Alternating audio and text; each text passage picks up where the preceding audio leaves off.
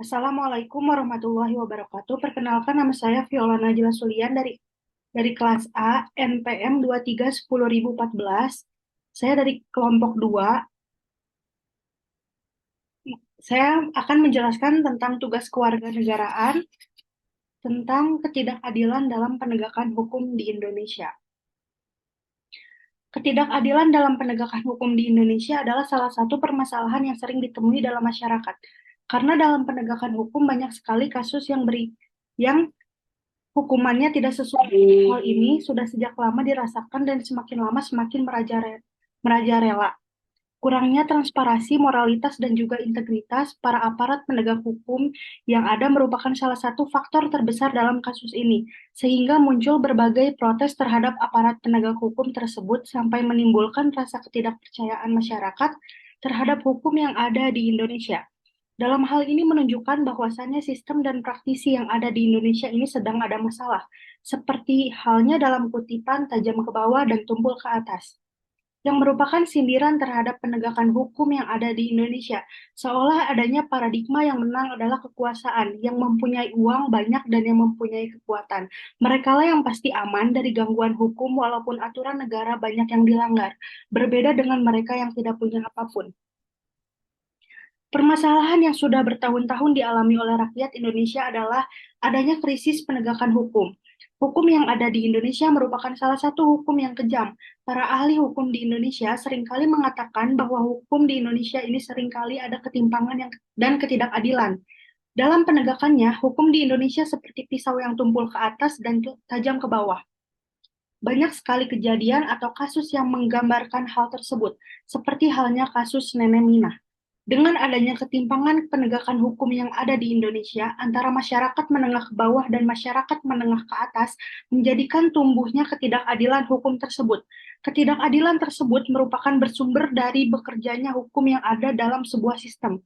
Hukum yang ada sekarang bisa dikatakan bahwa penegakan hukumnya hanya pada teks-teks kaku, hanya berpaku pada undang-undang semata tanpa melihat hal lainnya, dan berusaha memahami kasus tersebut dalam konteks sosiologisnya. Menurunnya penerapan asas equality before the law dalam masyarakat disebabkan adanya politik pluralisme hukum yang memberi ruang hukum yang berbeda. Dalam penegakannya, para penegak hukum ini banyak sekali menyalahgunakan kewenangannya. Padahal dalam hal ini seharusnya hukum bisa menjadi payung perdamaian, keadilan, dan bermanfaat bagi semua masyarakat Indonesia. Ketidakadilan hukum di Indonesia membuat rakyat bawah menjerit, di mana yang beruang dan berkuasa seakan menjadi pengendali penegak hukum. Hukum yang seharusnya memberikan keadilan, kepastian, kemanfaatan, serta ketertiban, tetapi saat ini menimbulkan kesenjangan sosial dan keadilan di masyarakat, sehingga tidak terasanya kebermanfaatan akan hukum itu sendiri. Ketidakadilan hukum merupakan tindakan masalah sosial yang mengandung unsur kesewenang-wenangan, yaitu pada masalah pembagian sesuatu terhadap hak seseorang atau kelompok. Sebagai contoh kasus Nenek Minah sangat tidak mencerminkan suatu ketidakadilan seperti makna keadilan yang ada di teori hukum. Para penegak hukum dan pemerintah saat ini masih belum berpihak pada rakyat. Bahkan tak jarang masyarakat kecil sulit untuk mendapatkan keadilan ketika berhadapan di mata hukum. Faktor ketidakadilan hukum dipengaruhi beberapa hal, seperti jabatan. Seseorang yang mempunyai kekuasaan ketika menghadapi permasalahan hukum seakan cepat penyelesaiannya, dibandingkan mereka yang tidak mempunyai kekuasaan seakan diperlambat. Yang kedua, kekayaan. Uang seakan menjadi penentu keadilan hukum. Yang ketiga, nepotisme. Mereka dari latar belakang yang mempunyai peranan, power penting di negara ini seakan dengan sangat mudahnya keluar dari kasus hukum. Berbeda dengan masyarakat kecil yang untuk membela diri pun sangat sulit.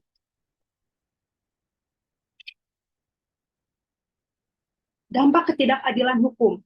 Ketidakadilan telah menimbulkan berbagai derita dan sengsara, melahirkan kemiskinan, penyakit, dan kebodohan. Separatisme dan konflik yang berkepanjangan, nepotisme dan konglomerasi, utang dan pengangguran juga dapat memicu terjadinya konflik yang tidak terselesaikan, muncul perdebatan, acuh tak acuh terhadap sesama orang yang berkonflik. Solusi ketidakadilan hukum. Tujuan hukum sendiri meliputi tiga nilai, yakni nilai keadilan, kemanfaatan, dan kepastian hukum. Namun sayangnya praktik nyata dunia hukum seringkali tidak menekankan seluruh nilai dan cenderung melupakan satu nilai. Maka dari itu telah timbul satu pemahaman di mana nilai keadilan adalah nilai yang paling utama dalam dunia hukum. Dalam praktik peradilan di Indonesia, Jaksa Agung Burhanuddin menyatakan bahwa aparat penegak hukum cenderung berpikir legalistik.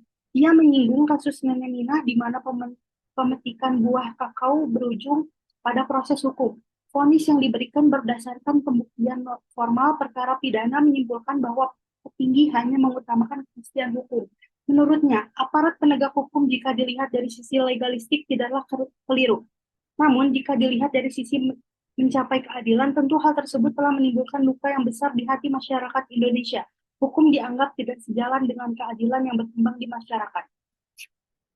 Dalam perkembangannya, hukum kini telah berkembang menjadi hukum restoratif yang memiliki prinsip restitusi dan reparasi. Paradigma keadilan restoratif sendiri dipandang sebagai jawaban permasalahan pidana dan dapat diterapkan di Indonesia. Secara garis besar, keadilan restoratif sendiri merupakan kesadaran pelaku atas kesalahan dan tetap bertanggung jawab atas perilakunya.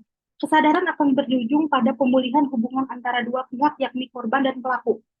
Untuk itu digunakan metode musyawarah yang melibatkan korban dan masyarakat.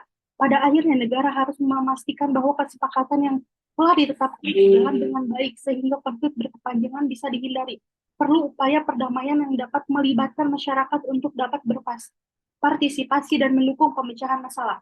Penegak hukum harus benar-benar menegakkan keadilan di mata hukum dan tidak dipandang bulu agar terasa kebermanfaatan hukum di lingkungan masyarakat.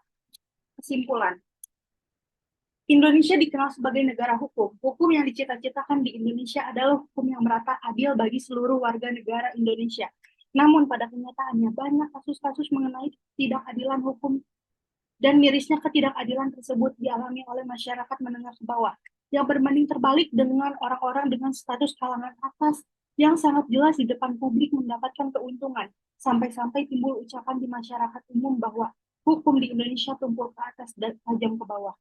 Karena pada penegakan hukum di Indonesia banyak sekali ketidakselarasan antara pihak penegak hukum pada kepolisian dengan pihak pengadilan, serta banyak masyarakat atas yang mudah memidanakan orang kalangan bawah seperti yang telah dijelaskan di atas bahwa seperti contoh kasus Nenek Minah yang dipidanakan oleh para kalangan atas. Semua itu didasari oleh jabatan, kekayaan, nepotisme. Contoh itu menjadi salah satu faktor ketidakadilan dalam penegakan hukum di Indonesia. Ini ada daftar pustakanya dan terima kasih. Sekian dari penjelasan dari saya. Mohon maaf bila ada kekurangan dan kesalahan. Sekian, terima kasih. Wassalamualaikum warahmatullahi wabarakatuh.